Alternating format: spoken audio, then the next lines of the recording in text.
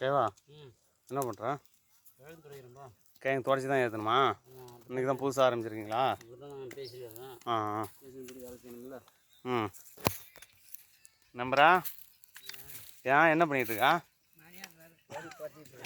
கிழங்கு தொடச்சி ஏற்றுற நிலமை வந்துருச்சா?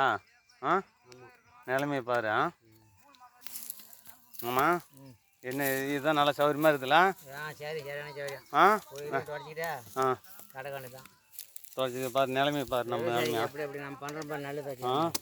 பாரு மாமா. நல்லா 2 காலம் நீட்டி போட்டுக்கோமா. 2 காலம் நல்லா நீட்டி போட்டு தொடி பால். நல்லா க்ளீனாக தொடையா, க்ளீனாக தொடச்சி ஏற்று. எப்படி பாரு நிலமையை பாரு மாமா.